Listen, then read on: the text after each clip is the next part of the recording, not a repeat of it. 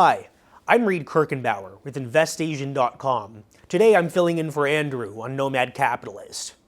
One of the biggest offshore mistakes I see people make is something that people usually don't even think about, but this one thing can kill any foreign investment.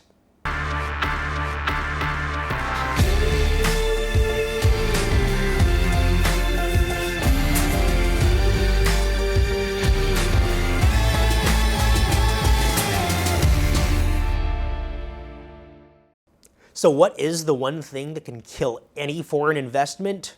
Currency risk. People usually don't even consider the fact that when they invest offshore and are buying assets denominated in a different currency, they're not only buying stocks or real estate or whatever they happen to be investing in, they're also investing in a country's currency. So if you're investing in a country like Turkey, for example, back in 2016, if you're buying property denominated in Turkish lira and the Turkish lira crashes, then the value of your property is effectively crashed. Once you ever want to sell that property, or if you simply want to take rental income and convert it back to the currency of your home country, you're going to be, in the case of Turkey, for example, you will have lost 30% plus on your investment. Turkey doesn't work on US dollars or euros or other currencies, although sometimes I find that realtors who specialize in foreigners and expats and people who aren't familiar with the local market, they'll try to sell properties in dollars or euros or something else. But the fact is that Turkish property isn't denominated in US dollars. Of course, US dollars are a more stable currency, but Turkey uses the lira. The same goes for Argentina.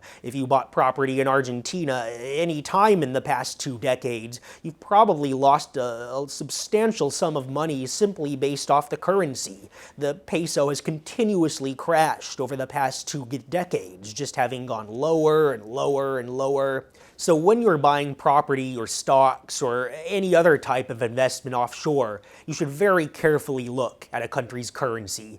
Go back 20, 30 years, see how the currency has performed in different contexts and in relation to global events. See what happened with the currency during the 2008 recession. See what happened during the tech bubble in the early 2000s.